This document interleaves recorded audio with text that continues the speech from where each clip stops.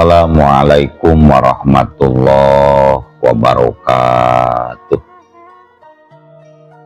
Wadia balad ate ofisial di mana wae ayana.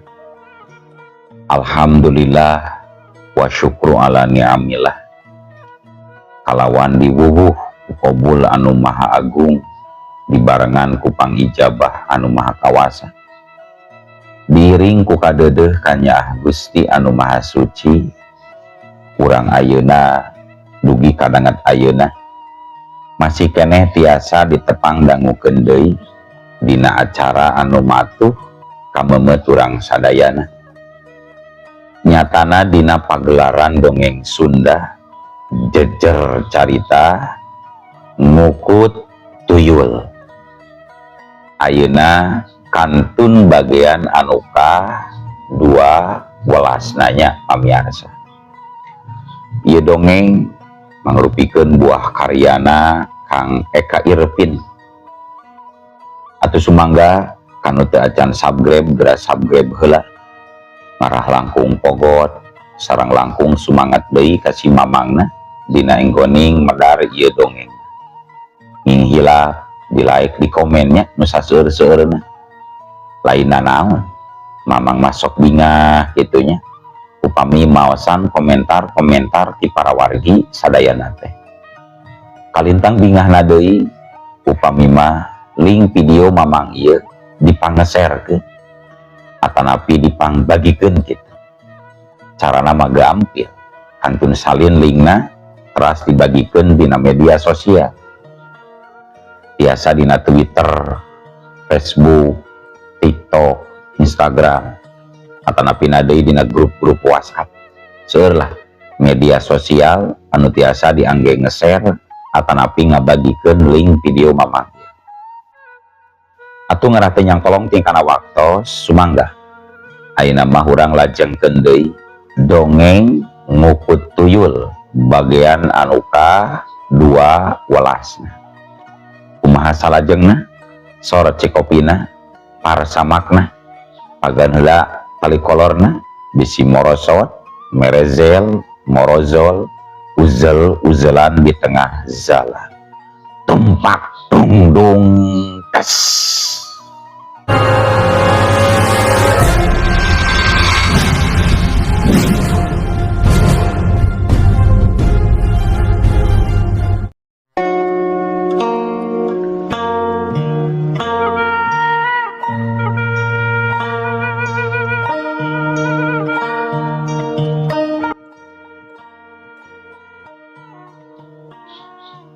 Para wargi sadayana gancangna ieu carita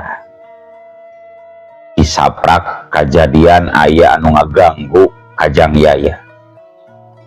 Jang iman jadi leuwih hati-hati jeung jadi leuwih giat dina ibadah. Salat tahajud tara kaliwat, salat witir tara katiir. Pon kitu deui jeung salat-salat hajat mementa anu kawasa. Sangkan salawasna nang tayungan kadiri katut kulawargana. Sidqoh hampir unggal minggu lantaran ngahajang ngumpulkeun pikeun sidqoh. Sakur anu menta tulung ka manehna teu oleh ditulungan anu kaduga. Pang-pang nama lamun parang keur paceklik tina hasil tatanen atawa kasab anu sejenna. Beunang kasebutkeun ngah-nang-ngahning ayeuna mah jang iman teh kayana. Tayohna mah sugan anu ngaganggu keluarga manehna teh geus bosen atau geus hoream jahil ka jang iman. Kocapkeun jang iman anu isuk harita keur nyabutan jukut di buruan imahna. Kawan tu jalma anu kawilang sibuk ku urusan usaha. Keureup pisan pikeun jang iman mah sanajan ngan saukur beberes di imah oge. Ari nyiina mah keur balanja ka pasar jeung barudak.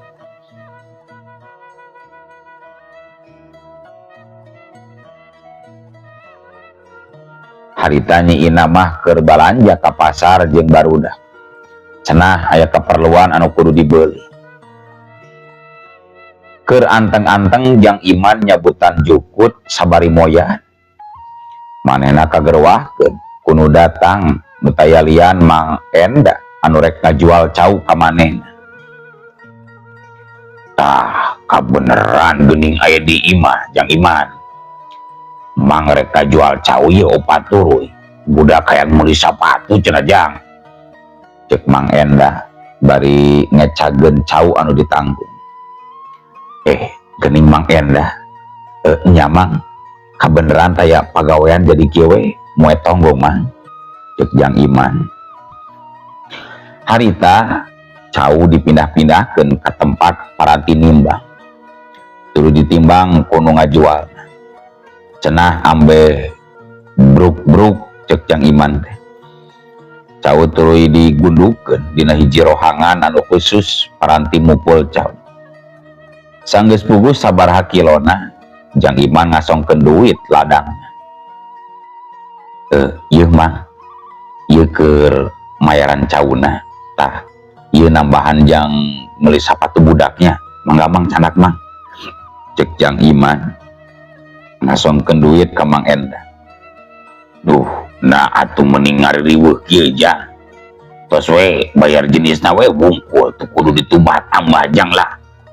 Cek Mang Enda jiga anu era rek narima duit. Sok we tarima mah. Hitung-hitung bonus keur Mang ieu Mang. Cek Jang Iman maksa sangkan duit teh ditarima ku Mang Enda. Nya atuh ari kitu mah duit ku Mang ditarimanya. Nya Jang, ari Jang Iman geus ngadenge beja atau encan Jang. Cek Mang Enda tumanya bari mencrong. Beja naon ieu teh Mang? Cek Jang Iman malik tumanya bangun anu panasaran. Si Adun, juragan Adun maot cenah Jang. Cenah mah tadi peuting maot mah Jang. Cek Mang Enda nembala. Inna lillahi wa inna ilaihi rajiun. Nah bener eta teh Mang. Juragan Adun maot Jang, Mang. Cek Iman jiga anu cangcaya. Nah keur naon atuh Mang kudu ngawadul mah Jang. Cek Mang Enda nandaskeun. Geus rengse nampa duit mah Mang Enda tuluy balik ninggalkeun Jang Iman anu masih ngahulang mikiran Adun. Dalilanya ina katut barudakna geus baralik di pasar. Jang Iman bebeja ka pamajikanana rek ngalayad ka imah Adun. Sanggeus bebersih tur rapih di pakaian mah Jang Iman indit kana motor ngadius sedang ngajugjug ka imahna Jang Adun, juragan Adun. Teu kacaturkeun kumaha lila di jalana. Jang Iman geus nepi ka imah Adun. Kasampak di imah Adun geus loba jalma anu ngalayat. Awewe lalaki ngagimbung di imah anu kapapatian. Jang Iman ganjang asup ka imah. Layon Jang Adun geus ngacepat dirurub ku samping kebat mujur ngaleh. Jang Iman diuk siraheun Adun. Ade goreng oge. Adun teh sobat dalit manehna ti leutik mula. Ilaharna jalma anu ngalayan. Sok hayang ningali beungeutna nu maot. Harita Jang Iman ngocengkang nyekel juru lawon anu dipake nutupan beungeut Jang Adun. Sanggeus menang idin tinu jadi pamajikanana. Tutup beungeut layon teh diporosotkeun. Nalika geus diporosotkeun, gebeg. Jang Iman ngagebeg ruas liwati saki. Lantaran ningali kayaan Jang Adun, estu pikawatir. Panonna pun celik bolotot, letahna ngelel. Katingali dina beuheungna aya anu ngagalang semugeun. Jang Iman langsung malieus. Beungeut mayit gancang dituruban deui ku lawan. Tadi nama Jang Iman hayang nanyakeun naon sababna Jang Adun bisa maot seperti kitu. Ngan asa henteu payus lantaran ningali kayaan pamajikan Jang Adun anu ceurik teureun-eureun. Harita layon Jang Adun dimandian tuluy dibungkus ku boe. Rengse dipulasara sakumaha mistina tug nepi ka disolatkeunana. layon Jang Adun teh dibawa ke Panjarata, laju dikurabgeun. Rengse dikurabgeun, Jang Iman teh langsung balik, manehna nyimpang heula ka imah Jang Adun jenatna, tuluy nepungan pamajikan Jang Adun. Punten nyane, dupi si akang teh gaduh panyawat naon, atanapi teu damang naon tadina neh. Cek Jang Iman tumanya. Pamajikan Jang Adun nembalan bari nyusutan cimata. Henteu Kang Iman, Kang Adun mah jag-jag belejak, samalah mah wengi oge ngeleng keneh barudak, jadi henteu teu damang heula, kekayaan sehat. Jawab pamajikan Jang Adun. Lain nih, dupi eta kajantenan si akang ngantunkeun teh wayah kumaha kira-kirana. Cek Jang Iman nanya teletenakeun. Wanci janari badag Kang, samehna teh aya anu nyemah dugi ka tengah peuting tah semah teh. Nah atuh kira-kira tabu satu nembe lebet pisan ka kamar. Kang Adun gegedebegan, tuluy adug songko bari nyakal beuheungna Kang. Cek pamajikan Adun nyaritakeun sajelas. Dupi nyai kuningat teh saha eta nu nyemah teh, urang mana? Cek Jang Iman tumanya pinuh ku rasa kapanasaran. Duka teuing atuh Kang, geus saur Kang jenat mah ase kitu namina teh Kang. Kemal pamajikan Jang Adun. Gebeg. Jang Iman ngagebeg. Sabarang ngadenge ngaran Ki Ase disabit-sabit ku pamajikan Jang Adun. Manehna jempe teu loba tatanya deui. Nyi, baheula akang kantos nambut artos ka Jang Adun teh, anu jumlahna rada lumayan. Tah ieu sakantenan akang bade naon, hampura lain akang mopohokeun ngan nya eta geuning unggal rek dibayar oge tara ditarima ku Jang Adun teh. Nyai nama bade maksa we sangkan ieu artos ditarima ku nyai. Ceuk Jang Iman bari ngasongkeun duit sagepok. Dina hatena mah niatan mayar kahagean Jang Adun anu nalika manehna keur kayaan ripuh mere jalan pikeun meuntas nepi ka manehna wani ngukut tuyul, eta teh sareatna jalan ti Jang Adun. Pamajikan Jang Adun satengah teu percaya lantaran waktu salakina aya keneh can pernah nyaritakeun perkara nginjemkeun duit ka Jang Iman. Sok tampinyi akang alim gaduh kabuburat ka Jang Adun atanapi ka nyai, sok gak tarima. Cek Jang Iman. Sanggeus duit dirawatan ku pamajikan Jang Adun, Jang Iman amitan mulang lantaran wanci geus liwat lohor. Sanggeus dijurungkeun ku nu boga imah, Jang Iman mulang bari disajeroning perjalanan. Hatena mah galecok mikiran anu tumiba ka sobatna nyatana Jang Adun. Gancangna carita caturkeun wanci peutingna di imahna Jang Adun diayakeun tahlilan minangka ngareah-reah kulawarga anu anyar ditinggalkeun maot ku jenatna. Harita nu datang teh kawilang reah lantaran keur mah nu maot teh jalma kasorot katambah geus nebak ieu subuhna pasti rada ahing. Cek nu rahul mah nepi ka jalan anu tahlilan teh. Jaba deui di imah mah pagelak-gelak. Tahlilan dipimpin ku tokoh agama anu geus biasa ngokojoan lamun aya acara salametan atawa tahlilan di lembur eta. Kocapkeun di totoang anu arek ka lembur Jang Adun teh aya lampu cempleuk kakali cesan katiup angin. Ayohna mah tukang sate anu kabeneran keur ngulampreng ka lembur eta. Kadenge tukang sate gegerendengan ngomong sorangan bari nikreuh nanggung wadah sate.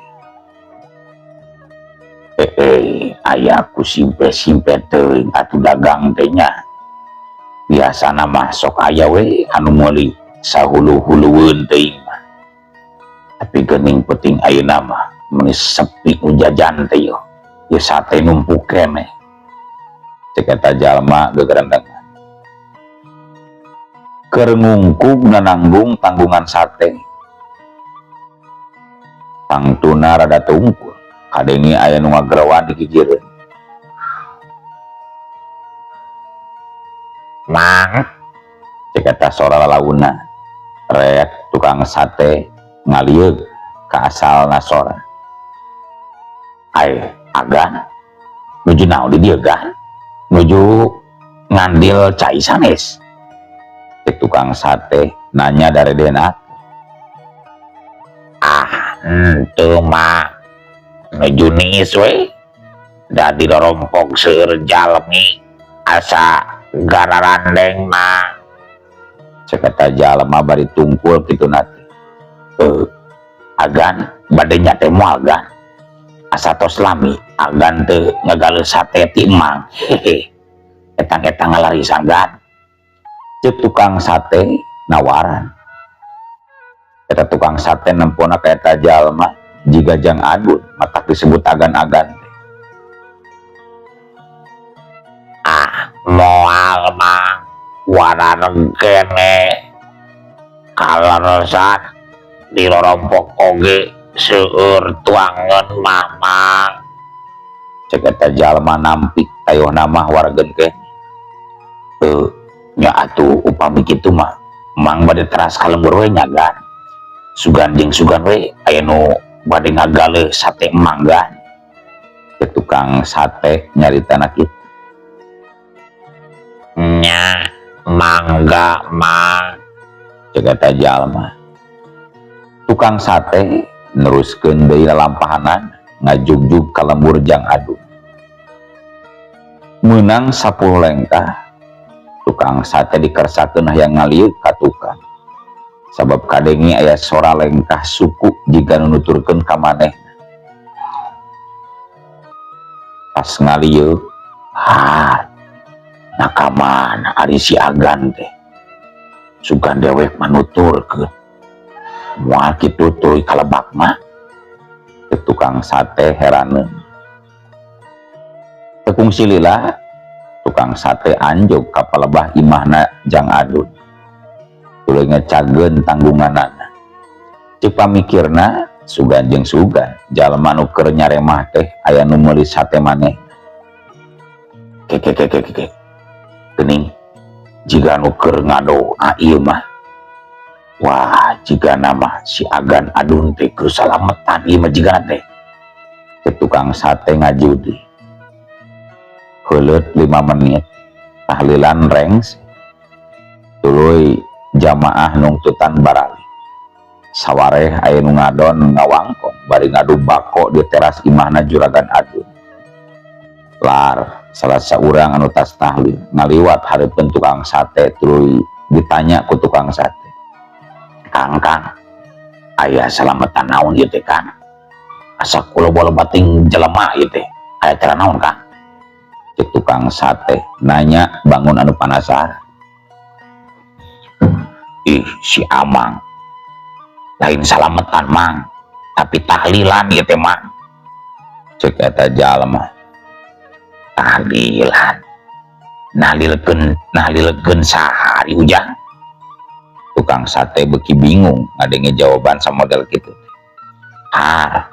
Itu hari emang nah teu acan ngadangu kitu ieu Juragan Adun teh ngantunkeun nya tadi mah cek eta jalma tuluy ngaleos nyusul batur baru Agan Adun geus maot. Astagfirullah heureui kitu eta jalma teh apan sini Agan Adun mata dige paamprok jeung aing pelebah totoang cek tukang sate cangcaya karena caritaan jalma nu tadi. Kajurung kurasa kapanasaran tukang sate ngaludeng-ludeng maneh unggah ka terasna Juragan Adun. Kabeneran di teras aya keneh sabaraha urang jalma anu keur ngawarangkong jeung batur. Punten Kang dupi Agan Adun teh leres parantos ngandunkeun gitu. Da panyangka kuring mah ieu teh acara salamatan we dumeh apan hampir unggal sasi agan adun mah kapeser sawana teh. Cek tukang sate nanya kanu aya di dinya. Oh, kamana wae atuh mang. Apanya pisan agan adun teh parantos ngantunkeun. Apan yoge tas tahlilan anu kahiji. Cek salah saurang anu keur ngariung nembalan ngajentrekeun ieu nya juragan adun teh geus tilar dunya. Beungeut tukang sate dumadakan jadi sepapias. Bibirna kelu kawas anu kakonci. Menang sajongjonan manehna ngabelengep jiga anu kasibat. Mang, ari mang kunaon mang sehatkeun man. Cek jalma anu bieu ditanya ku tukang sate. Tukang teu kunaon mang mah teu kunaon. Tukang sate nembalan nyumputkeun semuk jeung nyumputkeun anu kaalaman ku manehna basa tadi amprok jeung anu nyarupakeun juragan adun. Sanggeus kitu mah tukang sate ninggalkeun imah juragan adun tuluy labas ka lembur anu sejena. Cenah pamikirna balikna oge moal ngaliwatan deui totoang tadi. Kajen rek muter jalan we, kajen jauh saeutik mah anu penting teu panggih deui jeung Jang Adun. Can urang tunda carita tukang sate anu ngawenehkeun makhluk anu niru-niru rupana Jang Adun. Ayeuna urang caturkeun kayaan kiwarya anu penting harita keur guling gasahan jiga jauh tina pitunduheun. Sakapeunang karak bari panonna neuteup kana lalangit tuluy hudang diuk dina dipan. Katingali paroman kiwarya jiga aya karuas. Beh ditu mah jiga boga kahariwang. Nah, atuh bener impian dewek teh. Lamun nya kitu ayana aing moal jijing gitu bae samemi ngilakakeun ka panggeuji lembu pang-pang nama ka kulawargana Jang Iman anu zazatna pernah zasar lampah nuturkeun hawa nafsuna. Katanagaan kene gitu baik tapi lah rek ulah we sameme aya korban. Cek kiwarya nyarita sorangan. Ras manehna inget kan impian tadi peuting. Dina jero impianan ape loba korban jiwa anu patulayah ti pihak urang lembu. Seuneu ngalentab-lentab tuluy ngaturuk sakur imah anu aya di eta lembur kabeh rata jeung taneuh teu disesak. Itu anu kaimpikeun ku kiwarya tadi peuting. Saminggu tisaprak maotna juragan adun. Mindeng kejadian jalma anu dicegat ku ririwa anu ngajirim ngawujud rupana Jang Adun. Kabeh dieukeun ririwa teh wani ngadatangan ka imah warga. Atuh puguh eta kajadian teh matak guyur salembur ear sadesa. Eta beja antuk nama nepi ka kulawarga pamajikan Jang Adun. Mimiti nama pamajikan Jang Adun teh percaya malah sakur aya anu bebeja pasti bakal dicarekan beak bersih. Percaya sote dumewe aya kajadian ngetohana Jang Adun dibeberi basa peuting-peuting balik ke tetangga lembur. Nya geus kitu mah kakarek kulawarga pamajikan Jang Adun ngayakeun tareka sangkan ririwana Jang Adun teh leungit teu nembongan-nembongan deui. Kabeneran di lembur Jang Adun aya saurang tokoh agama nu seutik lobana ngagem wawasen ngeunaan nyingkahkeun makhluk-makhluk gaib. Tareka dipigawena malam Jumat bada Isya di imah Jang Adun. Anu datang ukur tetangga katut dulur tu majikan Jang Adun bungkul. sanggeus ngariung tuluy ngadoa sugan jeung sugan jadi cukang lantaran pikeun kasalamatan pangeusi lembur tina gangguan ririwana jang adun. Memang bener sapeuting sanggeusna diayakeun pangajian kayaan lembur teh jadi bengras tepi kasieun cara kamari-kamari basa jang adun kacaritakeun sok nembongan, malah kayaan lembur jadi tuluy tingteuing teu kadenge beja-bejana acan. Ngan hanjakan aya nu nyahoun yen dari wajang adun teh lain leungit tapi ngulamprangna ngajauhan ti hiji lembur pindah ka lembur sejenna. Teu saeutik jalema nu kungsi ningali atawa teu kahaja ningali, ti miti kolot nepi ka budak oge pernah ningali atawa pernah diririwaan ku jang adun. Hal eta pisan anu ayeuna keur diaromongkeun keur jadi bahan wangkongan antara Komar jeung baturna di tepas imahna mak entit. Asa ku harengheng teuing atuh lembur teh nya Kang. Kamari-kamari guyur masalah tuyul metik. Pengse masalah tuyul si Isman diberi buta. Ayeuna kadenge beja aya riliwa anu nyarupakeun juragan adun. Asa aya wae atuh Kangnya. Cek Dinta nyarita ka Komar. Ulah waka dipercaya kitu wae anu ngaranna beja mah Din. Sabab can karuan bener henteuna. Bisi eta mah isu atawa ngahaja dijieun ku jalma anu teu tanggung jawab. Tempas Komar. Nah ari akang make ngomong isu sagala. Wa uduy da sapeting kamari waktu rek ngajual munding ka pasar. Mangkati mana teh janari leutik. Palebat pudunan anu loba tangkal wargu jeung patetan kawung munding nate teu daek maju. Nah ari barang diliuk sing horeng cenah aya nu numpakan munding teh tuluy we dititah turun ku Ki Udoy ta eta anu nangkring lureun munding teh. Teh eta mah tetela cenah anu nangkring lureun munding teh jiga juragan adun beungeut ta Kang. Cek Dinta nyaritana panjang lebar. Karek beja eta Madin piraku Ki Udoy kudu sieun kuno kitu Madin. Komar rada luas oge ngadenge carita ti Dinta. Perkara bener atawa henteu mah kuring oge can yakin ieu teh Mar. Ngan palebah anu nyaritakeun Ki Udoy mah asa piraku make ngabohong. So iraha teuing Ki Udoy sok kawadul. Apan urang oge pada nyaho lamun Ki Udoy mah jalma jujur, salatna oge tara lat leket pisan. Cek Dinta nempasan caritan Komar. Komar jadi ngahuleng cek pamikirna aya benerna oge caritan Dinta teh. Lantaran memang bener Ki Udoy mah jalma jujur dijauheun kudu ngawadul. Tapi angger urang mah kudu taki-taki. Ronda ulah nepi ka eureun euy. Ulah kudu nunggu kajadian wae karek rame deui. Cek Komar nembalan.